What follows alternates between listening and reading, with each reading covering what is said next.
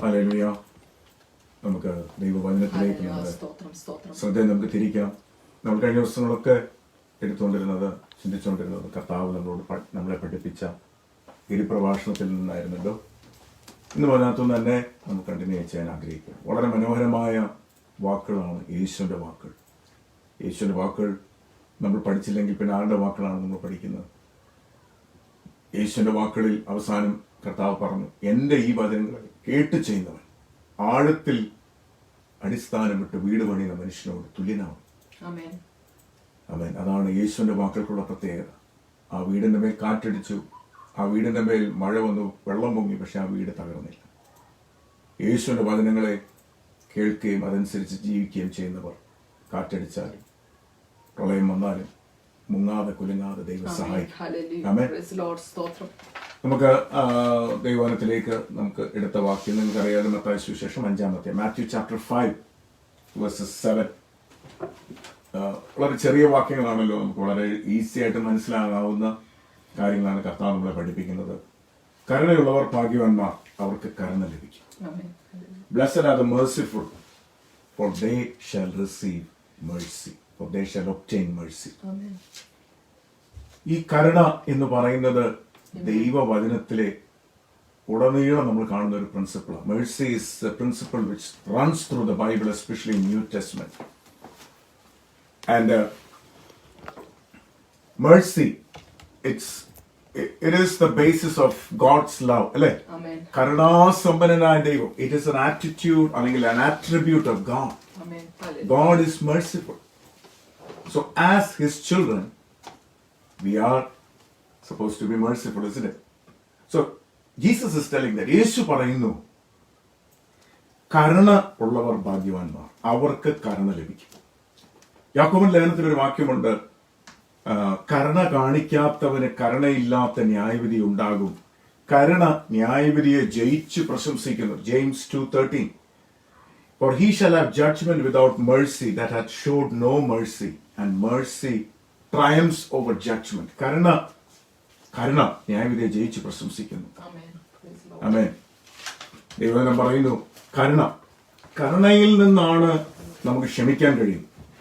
കരുണ ഉണ്ടെങ്കിലേ നമുക്ക് ക്ഷമിക്കാൻ പറ്റത്തുള്ളൂ. കരുണാസമ്പന്നനായ ദൈവം നമ്മുടെ പാപം ക്ഷമിച്ചു, അല്ലേ? അപ്പോൾ ദൈവവചനം പറയുന്നു, ഈ മേഴ്സിഫുൾ എന്നുള്ള വാക്കിനെ പറ്റി നമ്മളൊന്ന് പഠിച്ചാൽ അതിന്റെ എബ്രായ വാക്കിൽ പറയുന്നത് ജസ്റ്റ് കരുണ തോന്നുക എന്നല്ല. ഇവിടെ നമ്മൾ വായിച്ചു കരുണയുള്ളവർ. അപ്പൊ കരുണ നമുക്ക് എപ്പോഴാണ് കരുണ തോന്നുന്നത്? ഒരാൾ ഒരു കഷ്ടത്തിലിരിക്കുമ്പോൾ, ഒരാൾ ഒരു വേദനയിലിരിക്കുമ്പോൾ നമുക്ക് തോന്നുന്ന ഒരു ഫീലിംഗ് ആണ്. അവരെ സഹായിക്കണം എന്ന് തോന്നുന്ന ആ ഒരു പ്രവൃത്തിയുടെ പിമ്പിലെ വികാരമാണ് കരുണ, അല്ലേ? നമ്മളങ്ങനെയല്ലേ കരുണ. ഞാൻ കഴിഞ്ഞ ദിവസം ഞാൻ ഓർപ്പിച്ചിരുന്നു, അത് തന്നെയാണ് ഇതിനകത്തും നമുക്ക് പറയാനായിട്ട് സാധിക്കുന്നത്. Sympathy and empathy. സിമ്പതി എന്ന് പറഞ്ഞാൽ സഹതാപം. ഒരാൾക്ക് പ്രയാസം ഉണ്ടായിരുന്നു, അയ്യോ കഷ്ടം, നമുക്ക് സ്ഥിരം പറയുന്ന ഒരു വാക്കാണ്. എന്നാൽ ഈ കരുണ എന്ന് പറയുന്നത് ഇവിടെ ഉദ്ദേശിക്കുന്ന വാക്കെന്ന് പറഞ്ഞാൽ ഈ സിമ്പതി കൊണ്ട് അവിടെ കൊണ്ട് നിൽക്കുകയല്ല. സിമ്പതി എന്നുള്ള വാക്കിനകത്തും ആക്ച്വലി ഞാൻ കഴിഞ്ഞ ദിവസം ഓർപ്പിച്ചാൽ അതിനേക്കാൾ ഒരു സൂപ്പർലേറ്റീവ് ഡിഗ്രി ഉള്ള ഒരു വാക്കാണ് എംപതി. അത് രണ്ടും ഒരു വാക്കല്ല. സിമ്പതി എന്ന് പറഞ്ഞാൽ സഹതാപം, എംപതി എന്ന് പറഞ്ഞാൽ സഹാനുഭാവം, മനസ്സലിവ്, താതാമ്യം പ്രാപിക്കുക. അത് ഇങ്ങനെയാണ് ആ വാക്കിന്റെ അർത്ഥം. ഹെബ്രായിൽ ആ വാക്കിന്റെ അർത്ഥം ഇങ്ങനെയാണ്. നമ്മൾ ഒരാൾ കഷ്ടം അനുഭവിക്കുമ്പോൾ ആ വ്യക്തിയുടെ കണ്ണുകളിലൂടെ കാണുക, ആ വ്യക്തിയുടെ മനസ്സിലൂടെ ചിന്തിക്കുക, ആ വ്യക്തിയുടെ പെയിൻ നമ്മുടെ പെയിനായിട്ട് ഏറ്റെടുക്കുക. അതാണ് എംപതി എന്ന് പറയുന്നത്. അതാണ് ഇവിടെ ഉപയോഗിച്ചിരിക്കുന്ന വാക്ക്. നമ്മൾ പലപ്പോഴും നമ്മുടേതായ ഫീലിങ്സിനെ പറ്റി നമ്മൾ ഒത്തിരി കൺസേൺ ആണ്. നമ്മൾ മറ്റുള്ളവരുടെ വിഷമത്തെ പറ്റി നമ്മൾ ചിന്തിക്കാറില്ല. നമ്മളിപ്പോ ഒരു ഒത്തിരി പേര് മരിക്കുന്നു, അല്ലെങ്കിൽ ഒത്തിരി പേര് കഷ്ടമുണ്ട് അല്ലേ എന്ന് പറഞ്ഞ് നമ്മൾ നമ്മുടെ പണിക്ക് പോകും. അല്ലെങ്കിൽ നമ്മൾ ഇപ്പൊ ന്യൂസ് കേട്ടു, കഷ്ടമുണ്ട് എന്ന് പറഞ്ഞ് നമ്മൾ പക്ഷെങ്കിൽ ഞാൻ കഴിഞ്ഞ ദിവസം ഓർപ്പിച്ചതുപോലെ ഓരോ നമ്പറിന്റെ പിമ്പിൽ ഓരോ കുടുംബങ്ങൾ, ഓരോ കണ്ണുനീരും, ഓരോരുത്തരുടെ ദുഃഖങ്ങളും നിരാശകളും വേദനകളും ഒത്തിരി പേരാണ്. ഒരു മരണത്തിന്റെ പിമ്പിൽ ഒത്തിരി അതിന് പിമ്പിൽ വേദനിക്കുന്ന ഒരു വലിയ കൂട്ടമുണ്ട്. ആമേൻ. ഹല്ലേലൂയ. അപ്പോൾ ഇവിടെ ഉപയോഗിച്ചിരിക്കുന്ന വാക്കെന്ന് പറഞ്ഞ് കരുണ എന്ന് പറഞ്ഞ വാക്കെന്ന് പറഞ്ഞ വേദനിക്കുന്ന അല്ലെങ്കിൽ പ്രയാസം അനുഭവിക്കുന്ന ഒരാളുടെ ജീവിതത്തിലേക്ക് കയറി ചെല്ലുക, അല്ലെങ്കിൽ അവരുടെ സ്കിന്നിനടിയിലേക്ക് കയറി ചെല്ലുക, അല്ലെങ്കിൽ അവരുടെ ഷൂവിൽ നിൽക്കാന്നൊക്കെ നമ്മൾ കേട്ടിട്ടുണ്ടല്ലോ, സ്റ്റാൻഡിങ് ഇൻ ഹിസ് ഷൂസ്. ആ ഒരു വാക്കാണ് ഉപയോഗിച്ചിരിക്കുന്നത്. ആ വ്യക്തിയുടെ ഞാൻ ഒരിടത്ത് വായിച്ചിങ്ങനെയാണ്, to get right under the other person skin until we see things with his eyes, think with his mind and feel with his feelings. അതാണ് കരുണ എന്നുള്ള വാക്കിനോട് ഉദ്ദേശിച്ചിരിക്കുന്നത്. ആമേൻ. നമ്മൾ പലപ്പോഴും പുറത്തുനിന്നാണ് ഇതൊക്കെ പറയുന്നത്, നമ്മൾ ആ വ്യക്തിയുടെ വേദന മനസ്സിലാക്കുവോ അങ്ങനെ. എന്നാൽ നമ്മൾ ഡെലിബറേറ്റ് ആയിട്ട് നമ്മൾ മറ്റുള്ളവരുടെ, നമ്മൾ ആ വാക്ക് പറഞ്ഞില്ല, താതാമ്യം പ്രാപിക്കുക. ആ വ്യക്തിയുടെ വേദന ആ വ്യക്തിയുടെ വേദനയിൽ നമ്മൾ താതാമ്യം പ്രാപിച്ചാൽ, അല്ലെങ്കിൽ എംപത്തൈസ് ചെയ്താൽ, it would make a great difference. ഒത്തിരി നമ്മളിപ്പം ഒരാൾ നമ്മളെ വേദനിപ്പിക്കുമ്പോൾ, ഒരാൾ നമ്മളോട് എന്തെങ്കിലും പറയുമ്പോൾ നമ്മൾ ചിന്തിക്കണം, ചിലപ്പോൾ ആ വ്യക്തിക്ക് എന്തെങ്കിലും ശരീരമായ ക്ലേശങ്ങൾ ഉണ്ടായിട്ടായിരിക്കും, അല്ലെങ്കിൽ എന്തെങ്കിലും ജോലി ടെൻഷൻ കണ്ടു വന്നപ്പോൾ പെട്ടെന്ന് പൊട്ടിത്തെറിച്ചായിരിക്കാം. ഇപ്പൊ വീട്ടിലെ കാര്യങ്ങളാണെങ്കിൽ ഭർത്താവ് ജോലി കഴിഞ്ഞ് വരുന്നു, ചോദിക്കുമ്പോൾ ചിലപ്പോൾ പെട്ടെന്ന് പൊട്ടിത്തെറിച്ചു. ജോലിയിലെ ടെൻഷൻ കൊണ്ടായിരിക്കാം. അപ്പോൾ അതുകൊണ്ട് ഞാൻ എന്നും പൊട്ടിത്തെറിക്കാൻ പറ്റുമോ? വീട്ടിൽ ഭാര്യയാണെങ്കിൽ രാവിലെ മുതൽ വൈകുന്നേരം വരെ ജോലിയെല്ലാം ചെയ്ത് കുഞ്ഞുങ്ങളെ നോക്കി അങ്ങനെ വരുമ്പോൾ ഒന്ന് പൊട്ടിത്തെറിച്ചു. പക്ഷെങ്കിൽ ആ വ്യക്തിയുടെ റീസൺ എന്താണ്, അതിന്റെ പിമ്പിലെ റീസൺ എന്താണെന്ന് നമ്മൾ മനസ്സിലാക്കണം. അതാണ് കരുണ എന്ന് പറയുന്നത്. അപ്പോൾ ഈ കരുണ നമുക്കുണ്ടെങ്കിൽ, ഇങ്ങനെയുള്ള ഒരു കരുണ നമുക്കുണ്ടെങ്കിൽ, നമുക്ക് ഒത്തിരി കാര്യങ്ങൾ നമുക്ക് നമ്മുടെ ജീവിതത്തിൽ തന്നെ ഒരു വലിയ വ്യത്യാസം ഉണ്ടാക്കാൻ കഴിയും. അത് വളരെ ഇമ്പോർട്ടൻ്റ് ആയിട്ടുള്ള കാര്യമാണ്. നമ്മൾ ഇതൊക്കെ പലപ്പോഴും വായിച്ചിട്ടുണ്ടെങ്കിൽ നമ്മൾ ചിന്തിക്കാറില്ല, പക്ഷെ പഠിക്കുമ്പോഴാണ്. ഉദാഹരണത്തിന് ഇപ്പൊ നമ്മുടെ കുഞ്ഞുങ്ങൾ തന്നെ അവരെ വഴക്ക് പറയും. പക്ഷെ ചിലപ്പോൾ അവർ പറയുന്ന കാര്യങ്ങൾ അവരുടെ ഷൂവിൽ നിന്നുകൊണ്ട്, അല്ലെങ്കിൽ അവരുടെ ആംഗിളിൽ നിന്നുകൊണ്ട്, അല്ലെ അവരുടെ ആ പ്രായത്തിൽ നിന്നുകൊണ്ട് നമ്മൾ നോക്കുമ്പോൾ ആണ് അവരുടെ ആ പ്രശ്നം നമുക്ക് മനസ്സിലാക്കാനായിട്ട് പറ്റത്തുള്ളൂ. To get right in shoes. അപ്പൊ അങ്ങനെ നമ്മൾ മനസ്സിലാക്കുമ്പോൾ നമുക്ക് കോപിക്കാൻ ചിലപ്പോൾ കോപം വരത്തില്ല. അപ്പൊ വേറൊരാളെ എന്തുകൊണ്ട് അങ്ങനെ ഒരു വിഷയമുണ്ട്, നമുക്ക് പെട്ടെന്ന് നമ്മൾ ഈ ബാഹ്യമായിട്ടുള്ള കാര്യങ്ങൾ കാണുന്നതുകൊണ്ട് നമ്മൾ പെട്ടെന്ന് പ്രതികരിക്കും. പക്ഷെ കരുണയോട് പ്രതികരിക്കുമ്പോൾ, ഇങ്ങനെയുള്ള യേശു പറഞ്ഞ കരുണ, ആമേൻ ഹല്ലേലൂയ, അങ്ങനെ പ്രതികരിക്കുമ്പോൾ നമുക്ക് ഉണ്ടാകാവുന്ന ചില കാര്യങ്ങൾ, ചില നന്മകളുണ്ട്. അത് പറഞ്ഞിട്ട് ഞാൻ ഇന്നത്തെ നമ്മുടെ സ്റ്റഡി നമുക്ക് നിർത്താം. ഞാൻ പറഞ്ഞല്ലോ, ഇതിനകത്ത് നമ്മൾ ഇത് മനസ്സിലാക്കുമ്പോൾ, വേറൊരു വ്യക്തിയുടെ വേദനയിലേക്ക് നമ്മളൊന്ന് ഇറങ്ങിച്ചെല്ലുമ്പോൾ, അല്ലെങ്കിൽ താതാമ്യം പ്രാപിക്കുമ്പോൾ, നമുക്ക് ഫോർഗീവ്നെസ്, ക്ഷമിക്കാൻ നമുക്ക് എളുപ്പം കഴിയും. ആമേൻ. One principle we often forget, that there is always a reason why a person thinks like that and acts like that. പലരുടെയും, നമ്മുടെ എല്ലാവരുടെയും അണ്ടർസ്റ്റാൻഡിങ് ഡിഫറെന്റ് ആണ്. നമ്മളെല്ലാവരും വളർന്നു വന്ന സാഹചര്യം ഡിഫറെന്റ് ആണ്, നമ്മുടെ വിദ്യാഭ്യാസം ഡിഫറെന്റ് ആണ്, നമ്മുടെ അനുഭവങ്ങൾ ഡിഫറെന്റ് ആണ്. അപ്പോൾ എല്ലാവരും എന്നെ പോലെ ചിന്തിക്കണം എന്ന് പറയാൻ എനിക്കൊക്കത്തില്ല. ഇല്ല, ഞാൻ വളർന്നു വന്ന സാഹചര്യം വ്യത്യാസമാണ്, നിങ്ങൾ വളർന്നു വന്ന സാഹചര്യം വ്യത്യാസമാണ്. അപ്പോൾ നമ്മൾ പക്ഷെങ്കിൽ പലപ്പോഴും നമ്മൾ പറയുന്നത്, നമ്മൾ കരുണയില്ലാതെ വിധിക്കുന്നവരാ, നമ്മൾ കരുണയില്ലാതെ സംസാരിക്കുന്നവരാ. എന്നാൽ അങ്ങനെ ആകരുതെന്നാണ് കർത്താവ് പറഞ്ഞത്. എന്തുകൊണ്ടെന്ന് പറയുമ്പോഴാണ് നമുക്ക് അതിന്റെ ബ്യൂട്ടി നമുക്ക് മനസ്സിലാക്കാനായിട്ട് സാധിക്കുന്നത്. ഒരു ഫ്രഞ്ച് പ്രോവർബ് ഉണ്ട്, ഒരു ചൊല്ലുണ്ട്, to know all is to forgive all. To know all is to forgive all. We will never know all until we make the deliberate attempt to get inside the other person's mind and heart. To know all is to forgive all. എല്ലാം നിങ്ങൾക്ക് അറിയണോ? എല്ലാവരോടും ക്ഷമിക്കുക. എങ്ങനെ ക്ഷമിക്കണം? എങ്ങനെ കരുണ കാണിക്കണം? അവരുടെ ജീവിതത്തിലേക്ക്, അല്ലെങ്കിൽ അവരുടെ മനസ്സിലേക്ക് ഇറങ്ങിച്ചെന്ന്, അവരുടെ കണ്ണുകളിലൂടെ നമ്മൾ കാണുക, അവരുടെ ചിന്തകളിലൂടെ നമ്മൾ ചിന്തിക്കുക. അങ്ങനെയാകുമ്പോൾ നമുക്ക് മനസ്സിലാക്കാനായിട്ട് സാധിക്കും. ആമേൻ. എന്തുകൊണ്ട്? കാരണം ദൈവം അതാണ് ചെയ്തത്. ആമേൻ. He became a man. He got under the skin of man, seeing things with man's eyes. യേശുക്രിസ്തു ദൈവമാണ്. യേശുക്രിസ്തു ഈ ലോകത്തിലേക്ക് വന്നു, മനുഷ്യനായി തീർന്നു. മനുഷ്യന്റെ തന്റെ സൃഷ്ടിയായ മനുഷ്യന്റെ കൂടെടുത്തു, അല്ലെങ്കിൽ ആ ശരീരം എടുത്തു. ആ മനുഷ്യന്റെ സ്കിന്നിലേക്ക്, അല്ലെങ്കിൽ അവന്റെ ശരീരത്തിലേക്ക് കയറി ചെന്ന് മനുഷ്യൻ എങ്ങനെ ചിന്തിക്കുന്നു, മനുഷ്യൻ അനുഭവിക്കുന്ന കഷ്ടതകൾ എന്താണ്, മനുഷ്യൻ അനുഭവിക്കുന്ന വേദനകൾ എന്താണ്, ദൈവം യേശുക്രിസ്തുവിലൂടെ മനസ്സിലാക്കി. ആമേൻ. ഹല്ലേലൂയ. ദൈവം വന്നത് സിംഹാസനത്തിലിരുന്ന് വാണരുളാനൊന്നും അല്ല വന്നത്. ആമേൻ. ആമേൻ. ഇവിടെ കർത്താവ് വന്നത് അവൻ ഒരു മനുഷ്യനായി വന്നു. സ്തോത്രം, സ്തോത്രം, സ്തോത്രം. കരുണയുടെ ഏറ്റവും വലിയ ഉദാഹരണം എന്ന് പറയുന്നത് നമ്മുടെ യേശു ക്രിസ്തു ആമേൻ. അല്ലേ? ഹല്ലേലൂയ. ഞാൻ മുമ്പേ വായിച്ച വാക്യത്തിലുണ്ട്, ന്യായവിധി കരുണ ന്യായവിധിയെ ജയിച്ച് പ്രശംസിക്കുന്നു. ആമേൻ. ഹല്ലേലൂയ. ജെയിംസ് 2:13.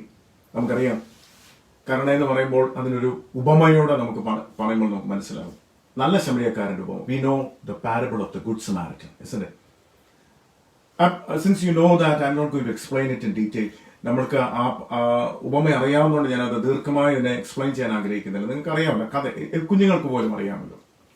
അതിനകത്ത് കള്ളന്മാർ ആക്രമണത്തിൽ വൂണ്ടഡായി കിടക്കുന്ന ഒരു ഇസ്രായേലി അല്ലെങ്കിൽ ഒരു യഹൂദൻ, അതുവഴി 3 പേര് കടന്നുപോയി. ഒന്നൊരു പുരോഹിതൻ, ഒന്നൊരു ലേവ്യൻ, ഒന്നൊരു ശമരിയക്കാരൻ. ഈ പുരോഹിതൻ വന്ന് നോക്കിയിട്ട് പോയി, ലേവ്യൻ വന്ന് നോക്കിയിട്ട് പോയി. ശമരിയക്കാരൻ അവർ തമ്മിൽ ശത്രുക്കളാണ്, അവർ തമ്മിൽ യാതൊരു സഹവാസവും ഇല്ലാത്തവരാണ്. പക്ഷേ ഈ ശമരിയക്കാരൻ അവനോട് കരുണ കാണിച്ചു. ആക്ച്വലി ഈ പുരോഹിതൻ നോക്കിക്കഴിഞ്ഞാൽ ആ പുരോഹിതൻ തെറ്റൊന്നുമല്ല ചെയ്തത്. എന്നുവെച്ചാൽ, കാരണം പുരോഹിതൻ എവിടെ പോവാ? യെരുശലേമിലേക്ക് പോവാ. താൻ ഓർത്ത് ഇപ്പോൾ മരിച്ചു കിടക്കുകയായിരിക്കും എന്ന് വിചാരിച്ചു. ശവത്തെ തൊട്ടാൽ തന്റെ ശുശ്രൂഷ പോകും, തനിക്ക് ശുശ്രൂഷിക്കാനൊക്കത്തില്ല. ആലയത്തിൽ ചെന്ന് കഴിഞ്ഞാൽ തനിക്ക് അവിടെ ഒന്നും ചെയ്യാനൊക്കത്തില്ല. അപ്പൊ ദൈവത്തോടുള്ള ആ ഒരു തീഷ്ണതയിലാണ് പുള്ളി ശമരിയക്കാരനെ സഹായിക്കാതെ പോയത്. അടുത്ത ലേവ്യനും പുള്ളിക്കും അങ്ങോട്ടാ പോയി. പുള്ളി ഓർത്ത് മിണ്ടാ കിടക്കുന്നു, ഇനി മരിച്ചു പോലും പോയതാണോ, ഇനി അറിയാ തൊട്ട് പോയെങ്കിൽ പുള്ളി അശുദ്ധമാകും. പുള്ളി ഓടി ദൈവത്തിന്റെ വേല ചെയ്യാനായിട്ട് ഓടുക പുള്ളി.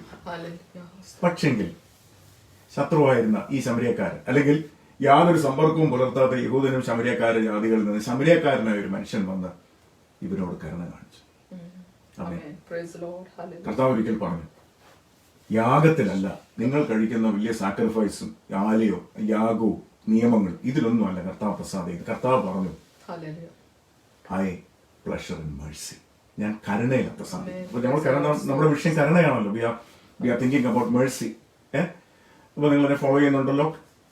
അപ്പം ഞാൻ പറഞ്ഞത്, ഈ യേശുക്രിസ്തുവിനോട് പരീശന്മാരും ശാസ്ത്രിമാരും ഒരിക്കൽ ശബത്തിൽ യേശുക്രിസ്തു സൗഖ്യമാക്കുമോ എന്ന് നോക്കിക്കൊണ്ടിരിക്കും. എന്നിട്ട് അപ്പം പള്ളിപ്രമാണി പറയാം, ഞാനിപ്പോഴും ചിന്തിക്കും, എന്തൊരു വാക്കുകളാണ് പുള്ളി പറഞ്ഞത്. പുള്ളി പറയുന്നത്, ഇന്ന് സൗഖ്യമാക്കണ്ട, നിനക്ക് സൗഖ്യമാക്കണമെങ്കിൽ അടുത്ത ദിവസം വന്ന് സൗഖ്യമാക്കും, പക്ഷെ ഇന്ന് ശബത്ത. അത്രമാത്രം അവര് ആ നിയമങ്ങളിൽ അധിഷ്ഠിതമായ ഒരു ജീവിതമായിരുന്നു അവരുടെ.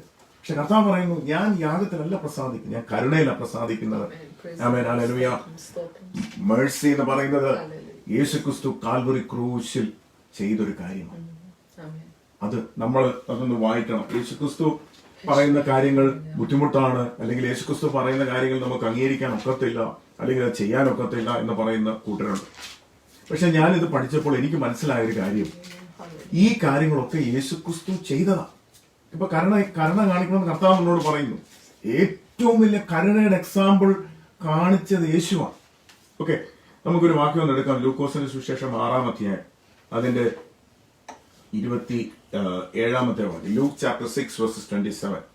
എന്നാൽ കേൾക്കുന്നവരാ നിങ്ങളോട് ഞാൻ പറയുന്നു, നിങ്ങളുടെ ശത്രുക്കളെ സ്നേഹിക്കുവിൻ, നിങ്ങളെ പകയ്ക്കുന്നവർക്ക് ഗുണം ചെയ്യുവിൻ, നിങ്ങളെ ശപിക്കുന്നവരെ അനുഗ്രഹിക്കുവിൻ, നിങ്ങളെ ദുഷിക്കുന്നവർക്ക് വേണ്ടി പ്രാർത്ഥിക്കുവിൻ, നിങ്ങളെ ഒരു ചെകിട തടിക്കുന്നവർ മറ്റേതും കാണിച്ചു കൊടുക്കുക, നിന്റെ പുറപ്പെടുത്ത് കളയുന്നവന് വസ്ത്രവും തടുക്കരുത്, നിന്നോട് ചോദിക്കുന്ന ഏവനും കൊടുക്കുക, നിനക്കുള്ളത് എടുത്തു കളയുന്നവനോട് മടക്കി ചോദിക്കരുത്.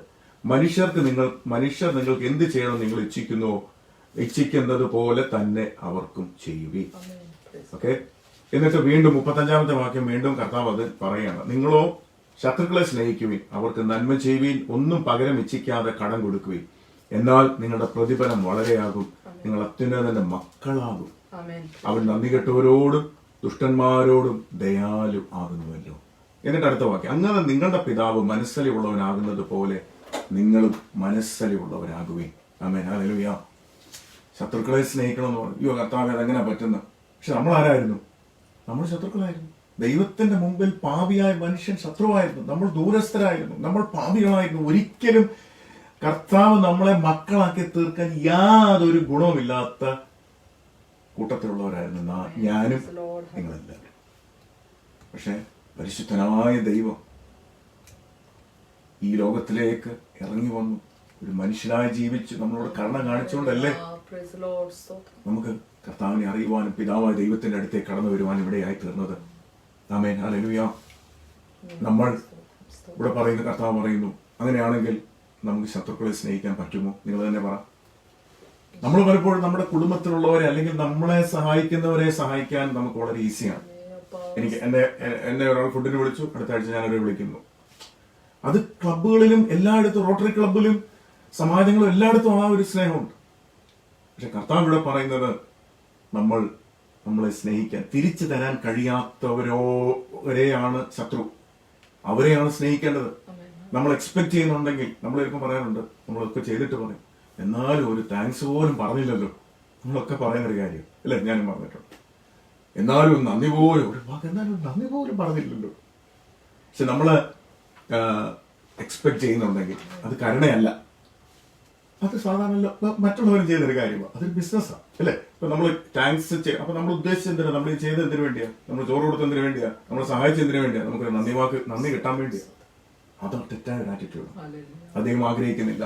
കർത്താവ് ഇവിടെ പറയുന്നു, നമ്മൾ ചെയ്യുന്നത് തിരിച്ച് നമ്മളെ സ്നേഹിക്കാൻ കഴിയാത്തവർക്ക് വേണ്ടി ചെയ്താൽ മാത്രമേ നമ്മൾ ദൈവത്തിന്റെ മക്കളായി തീരത്തുള്ളൂ എന്നാണ് പറയുന്നത്. നമ്മൾ പലപ്പോഴും പറയും നമ്മൾ ചാരിറ്റി ചെയ്യുന്നവരാണ്.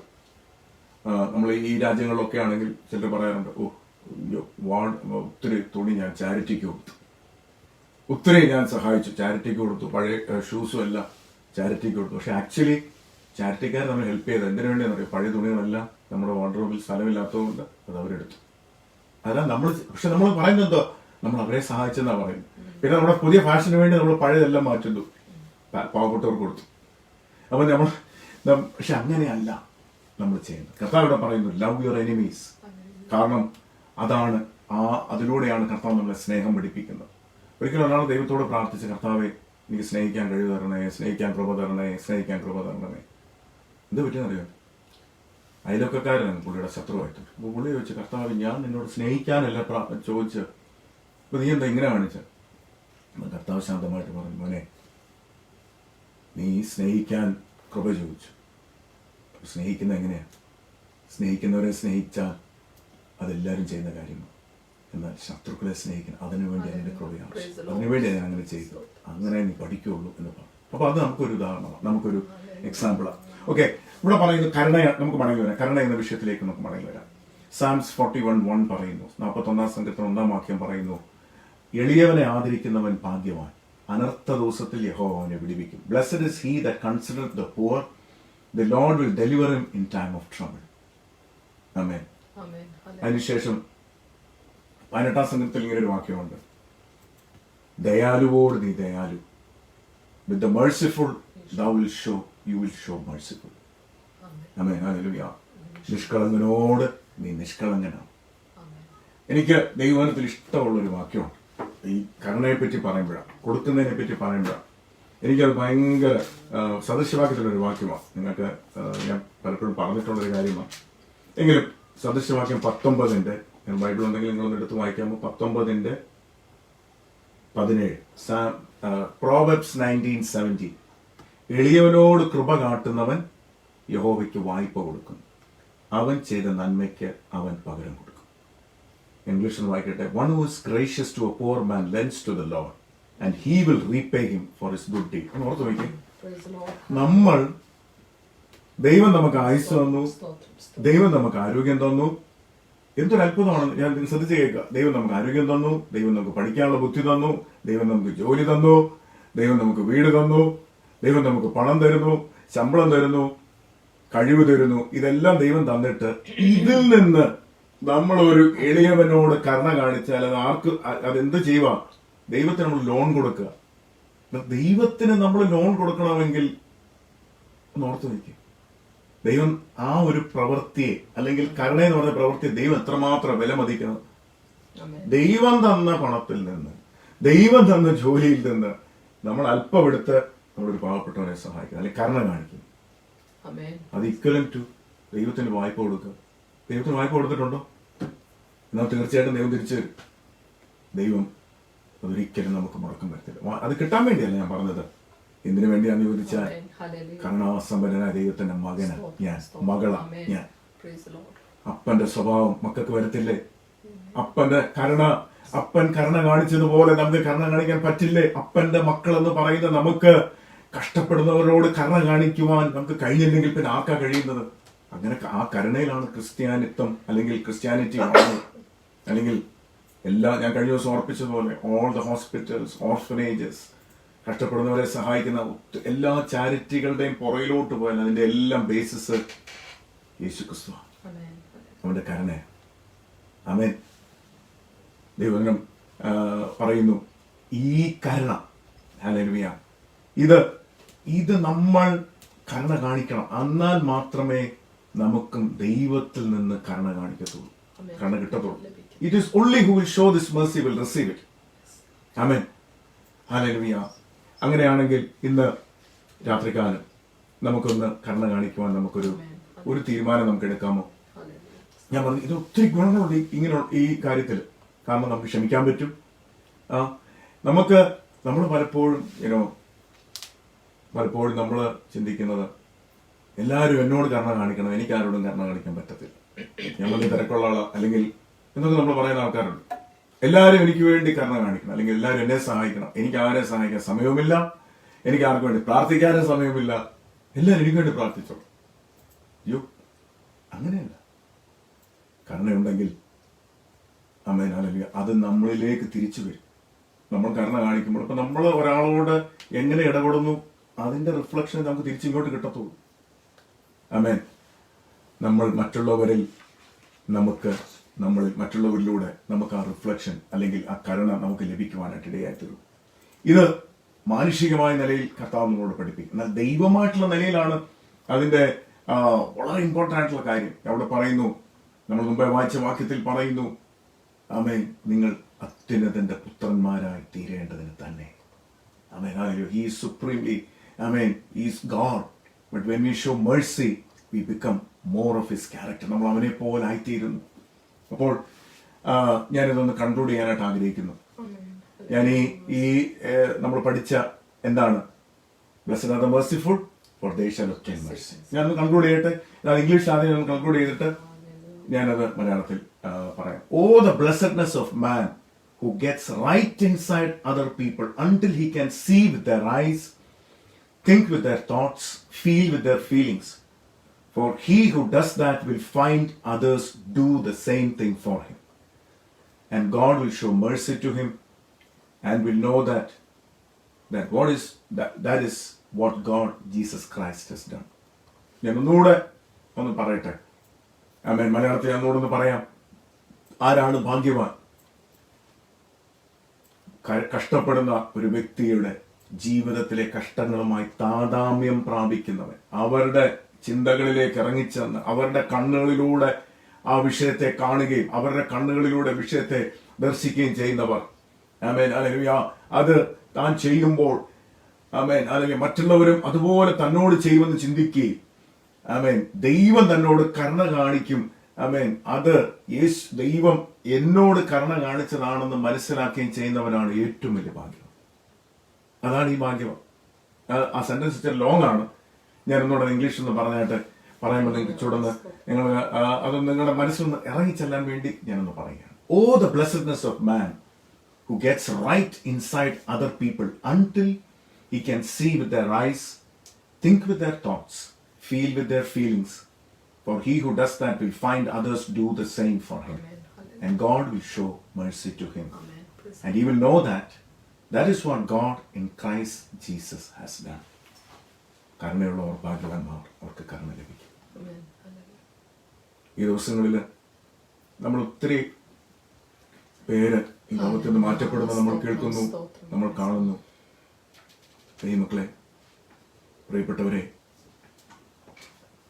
എൻ്റെ പ്രായത്തിൽ ഉള്ളവർ മരിച്ചു പോയിട്ടുണ്ട്. ഇപ്പോൾ ഞാൻ ആ സ്ഥാനത്തായിരുന്നെങ്കിൽ എൻ്റെ മാതാപിതാക്കളുടെ അവസ്ഥ എന്തായിരിക്കും, എൻ്റെ ഭാര്യയുടെയും കുഞ്ഞുങ്ങളുടെ അവസ്ഥ എന്തായിരിക്കും, അങ്ങനെ നമ്മൾ ചിന്തിക്കും. എൻ്റെ മക്കളുടെ പ്രായത്തിലുള്ളവർ മരിച്ചിട്ടുണ്ട്. അപ്പോൾ ഞാൻ ചിന്തിക്കണം, എൻ്റെ പിള്ളേർ ആ സ്ഥാനത്തായിരുന്നെങ്കിൽ എൻ്റെ വേദന എന്തായിരിക്കും. അനേകരുടെ ജോലി നഷ്ടപ്പെട്ടു, അനേകർ പട്ടിണിയോടെ കടന്നു പോകും. നമ്മളും അങ്ങനെ ആയിരിക്കാതെ നമ്മളും ആ സ്ഥിതിയിലൂടെ പോകാമായിരുന്നു. നമ്മൾ ദൈവമക്കളായതിന്റെ കഷ്ടപ്പാടില്ലെന്നാണ്. അനേക ദൈവമക്കൾ കഷ്ടതയിലൂടെ കടന്നു പോകുന്നു. ഈ ലോകത്തിൽ കഷ്ടമുണ്ട് പ്രിയമുള്ളവർ. നമ്മൾ ദൈവമക്കളായതുകൊണ്ട് ഇതൊരു ഇൻഷുറൻസ് ഒന്നുമല്ല നമുക്ക് ഈ ലോകത്തിൽ കഷ്ടത വരുത്തില്ലെന്ന്. കർത്താവ് പറഞ്ഞ കഷ്ടതയുണ്ട്. കർത്താവ് കഷ്ടം അനുഭവിച്ചു. ശിഷ്യന്മാരെല്ലാവരും കഷ്ടം അനുഭവിച്ചു. ശിഷ്യന്മാരെല്ലാവരും ക്രൂരമായ മരണങ്ങൾ മരിച്ച് നിത്യതയിലേക്ക് ചേർക്കപ്പെട്ടവരാ. ഇപ്പൊ ഞാൻ പറഞ്ഞത്, നമ്മൾ ഈ വാർത്തകളൊക്കെ കേൾക്കുമ്പോൾ, നമ്മൾ പ്രാർത്ഥിക്കുമ്പോൾ, we need to pray with empathy, not just show sympathy and say, oh, so sorry, so sad to hear that. No, we need to show empathy. അപ്പൊ ആ കരുണയിൽ നിന്ന് നമുക്ക് മറ്റുള്ളവരോട് ക്ഷമിക്കാൻ കഴിയും. ആ കരുണയിൽ നിന്ന് നമ്മൾ മറ്റുള്ളവരെ മനസ്സിലാക്കുമ്പോൾ, എന്തുകൊണ്ട് അവർ എന്നോട് അങ്ങനെ പറഞ്ഞു, അല്ലെങ്കിൽ എന്തുകൊണ്ട് അവരങ്ങനെ ചെയ്തു, അവർ വളർന്നു വന്ന ബാക്ക്ഗ്രൗണ്ട് അതായിരിക്കാം, അവരുടെ വിദ്യാഭ്യാസം അത്രേ ഉള്ളായിരിക്കാം, അവരുടെ അനുഭവങ്ങൾ അത്രേ ഉള്ളായിരിക്കാം. നമ്മൾ വിട്ടുകൾ. കരുണയുള്ളവർ ഭാഗ്യവാന്മാർ. കർത്താവ് പഠിപ്പിച്ച പ്രാർത്ഥനയിൽ പഠിപ്പിച്ചു, ഞങ്ങളുടെ കടക്കാരോട് ഞങ്ങൾ ക്ഷമിച്ചിരിക്കുന്നത് പോലെ ഞങ്ങളോട് ക്ഷമിക്കണം. ആമേൻ. അല്ലെ, എന്നിട്ട് താൻ അതിന്റെ എക്സ്പ്ലനേഷനായിട്ട് ആ മത്തായി സുവിശേഷം 6-ാം അധ്യായം 12 പറയുന്നത് 13-ഉം 14-ഉം വീണ്ടും എക്സ്പ്ലെയിൻ ചെയ്ത് പറയുമ്പോൾ പറയുന്നുണ്ട്, നിങ്ങൾ ഓരോരുത്തൻ തന്റെ സഹോദരനോട് ഹൃദയപൂർവ്വം ക്ഷമിക്കാൻ ഞാൻ നിങ്ങളോട് ക്ഷമിക്കുക. ഈ ദിവസങ്ങളിൽ നമ്മൾ ലോക്ക്ഡൌണിൽ ഇങ്ങനെ ആയിരിക്കുമ്പോൾ നമുക്ക് ഒത്തിരി കാര്യങ്ങൾ ചിന്തിക്കാൻ, ദൈവവചനം പഠിക്കാൻ, കർത്താവിന്റെ വചനമാകുന്ന കണ്ണാടി നമ്മളെ തന്നെ ഒന്ന് പരിശോധിക്കാനൊക്കെ സമയമുണ്ട്. അതുകൊണ്ട് ദൈവമക്കളെ, നമ്മൾ ക്ഷമിച്ചില്ലെങ്കിൽ ദൈവം നമ്മളോട് ക്ഷമിക്കുകയില്ല. കർത്താവിന്റെ പ്രാർത്ഥനയിൽ നമ്മൾ കർത്താവിനോട് എന്നും അങ്ങോട്ട് പറയുന്ന കാര്യം, കർത്താവ് എന്നോട് ക്ഷമിച്ചില്ലെങ്കിൽ നീ എന്നോട് ക്ഷമിക്കരുത്. അപ്പോൾ ക്ഷമിക്കാതെ നമുക്ക് എങ്ങനെ നമ്മളെ പ്രാർത്ഥന ദൈവം കേൾക്കും? എങ്ങനെ കേൾക്കും? കേൾക്കത്തില്ല. വളരെ സിമ്പിൾ ആയിട്ടുള്ള കാര്യമാണ്.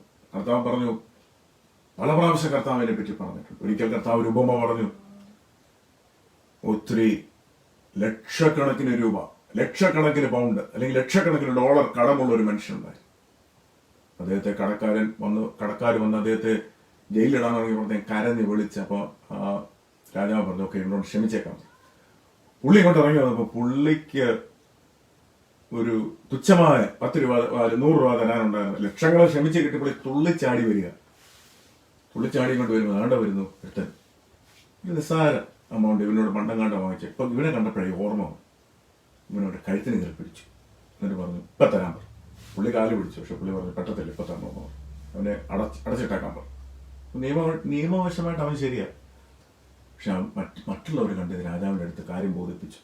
അപ്പോൾ എന്തോ എന്നറിയാം, ഇവനെ കൊടുത്ത ക്ഷമ ക്യാൻസൽ ചെയ്തിട്ട് ഇവനെ അകത്തിടാൻ. ആമേൻ. നമ്മൾ പലപ്പോഴും ഇത്രയും വലിയൊരു ക്ഷമ നമ്മൾ അനുഭവിക്കുന്നു. നമ്മുടെ പാവങ്ങൾക്ക് കിട്ടാവുന്ന ഏറ്റവും വലിയ ക്ഷമ കാൽവറി ക്രൂസിലെ കർത്താവ് നമുക്ക് കിട്ടണം. എന്നിട്ടും നിസ്സാരമായ കാര്യങ്ങളിൽ നമ്മൾ പകവെച്ചുകൊണ്ടിരിക്കുകയല്ലേ. ഈ ദിവസങ്ങളിൽ നമുക്ക് ക്ഷമ ചോദിക്കേണ്ടവരോട് ക്ഷമ ചോദിക്കാം. നിങ്ങളുടെ ഭവനത്തിന്റെ അകത്താണെങ്കിൽ ഭാര്യ ഭർത്താവിനോട്, ഭർത്താവ് ഭാര്യയോട്, മക്കൾ അപ്പന്മാരോട്, അമ്മമാരോട്, നിങ്ങളുടെ സഹോദരങ്ങളോടൊക്കെ വിളിച്ച് ക്ഷമ ചോദിക്കുവാൻ, നിരപ്പ് പ്രാപിക്കുവാൻ ഒരു നല്ല അവസരമാണ്. അത് നമ്മൾ ചെയ്യണം. ചെയ്തില്ലെങ്കിൽ കർത്താവ് നമ്മളോട് ക്ഷമിക്കുകയില്ല. ഇതെല്ലാം എവിടെ നിന്ന് ആരംഭിക്കണം? കരുണയിൽ നിന്ന് ആരംഭിച്ചാലേ ഒക്കത്തു. കരുണയുള്ളവർ ഭാഗ്യവാന്മാർ, അവർക്ക് കരുണ ലഭിക്കും. ദൈവമക്കളെ, നമുക്ക് നിത്യതയാണ് വലുത്.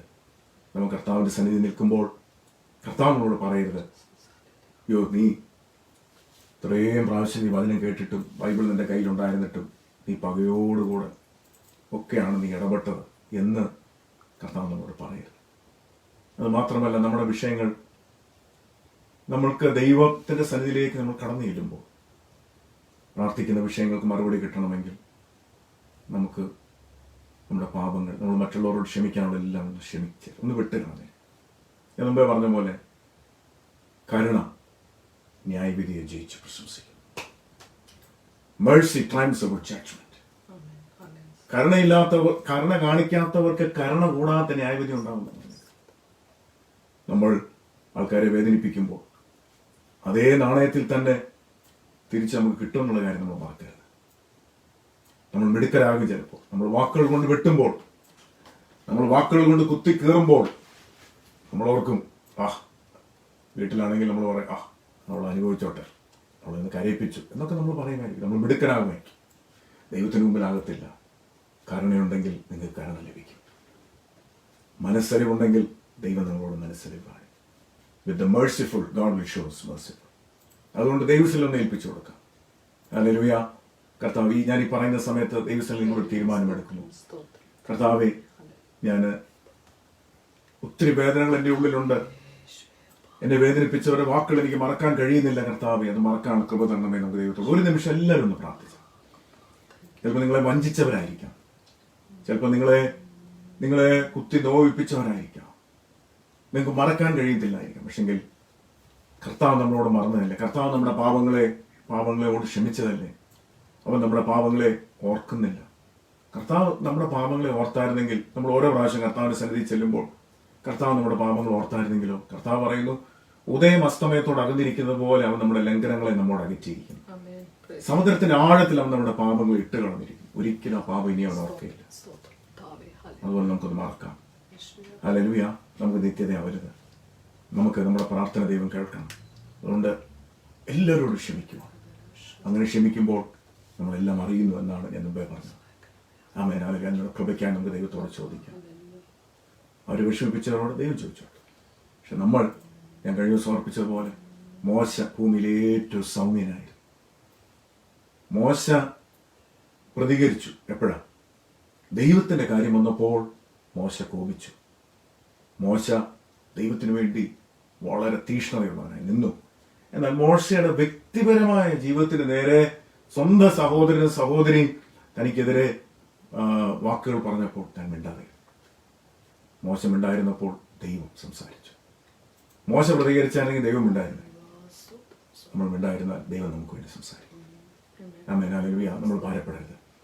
ക്ഷമിക്കാനുള്ള ക്ഷമിക്കുക. എന്നാൽ മാത്രമേ ദൈവത്തിന് നമ്മളോട് എന്തെങ്കിലും നമ്മുടെ ജീവിതത്തിൽ ചെയ്യാൻ പറ്റത്തുള്ളൂ. അല്ലെങ്കിൽ അതൊരു തടസ്സം മാത്രമേ. കർത്താവിന്റെ വചനം വളരെ വ്യക്തമായി പറഞ്ഞു. നിങ്ങൾ വീട്ടിൽ പോയി ലൂക്കോസ് 6 വായിക്കുക, മത്തായി 6 വായിക്കുക. ആമേൻ. If you have anything against anyone, just let it go. Forgive. It's releasing ourselves. Maybe that person is wrong. ആ വ്യക്തി തെറ്റായിരിക്കാം. പക്ഷെ ആ പക നമ്മുടെ ഉള്ളിൽ ഉള്ളിടത്തോളം കാലം അത് നമ്മളെ ഇങ്ങനെ തിന്നുകൊണ്ടേയിരിക്കും. അത് നമ്മളിങ്ങനെ കാർന്ന് തിന്നുകൊണ്ടേയിരിക്കും.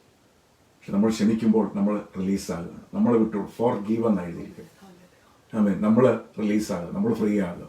അല്ലെങ്കിൽ ഈ വ്യക്തിയെ പറ്റി ഓർക്കുമ്പോൾ, ഈ വ്യക്തിയെ പറ്റി കാണുമ്പോൾ ഓരോ പ്രാവശ്യം നമ്മൾ തന്നെ ഉരുകി നമ്മളിങ്ങനെ ടെൻഷൻ എടുത്ത് ജീവിക്കും. പക്ഷെ നമ്മൾ വിട്ടുകൊടുത്താൽ നമ്മൾ അവരെക്കാൾ ശ്രേഷ്ഠരായിത്തീരും ദൈവമോട്. അതുകൊണ്ട് ദൈവം നിങ്ങളെ സഹായിക്കട്ടെ. നമുക്കൊരു പാട്ടൂടെ പാടി നമുക്ക് നിർത്താം. ആദ്യം അല്പ സൗണ്ടിന് ബുദ്ധിമുട്ടുണ്ടായെന്ന് എനിക്കറിയാം. ആ പാട്ട് ദൈവം അനുവദിച്ച നാളെയോ അടുത്ത ദിവസങ്ങളിൽ പാടാം. ലാസ്റ്റ് ഒരു പാട്ട് നമുക്ക് എല്ലാവർക്കും അറിയാവുന്ന ഒരു പാട്ടാണ്. എനിക്കായി ഒരു ഉത്തമ സമ്പത്ത് സ്വർഗരാജ്യത്തിൽ ഒരുക്കുന്നത്, ഇനി ലോകത്തെ സ്നേഹിച്ചിടുവാൻ ഒരു കാലത്തും പോകയില്ല ഞാൻ. നമുക്ക് പാട്ടൊന്ന് പാടാം. നിങ്ങളുടെ വേഴ്സുവിൽ 629 പാട്ട്, 629. എനിക്കായി ഒരു ഉത്തമ സമ്പത്ത്. വളരെ മനോഹരമായ ഒരു പാട്ടാണ്, ഒരു പഴയ പാട്ടാണ്. ഹല്ലേലൂയ. നമുക്ക് പാടി നമുക്ക് ദൈവത്തെ സ്തുതിക്കാം. ആമേൻ. ഹല്ലേലൂയ. ഏഴയാകുന്ന എന്നെ സ്നേഹിച്ച നിന്റെ സ്നേഹം എത്ര ആശ്ചര്യമാണ്.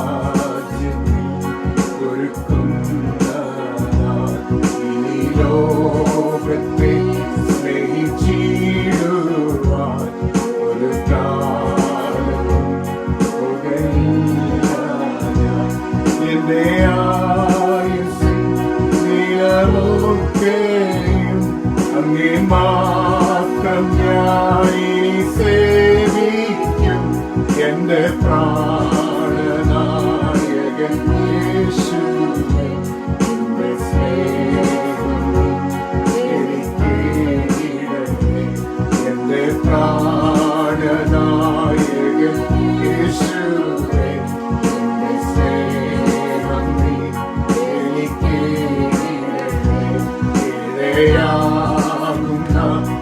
എന്നെ സ്നേഹിച്ച എന്റെ സ്നേഹമേ എത്രയോ ആശ്ചര്യം.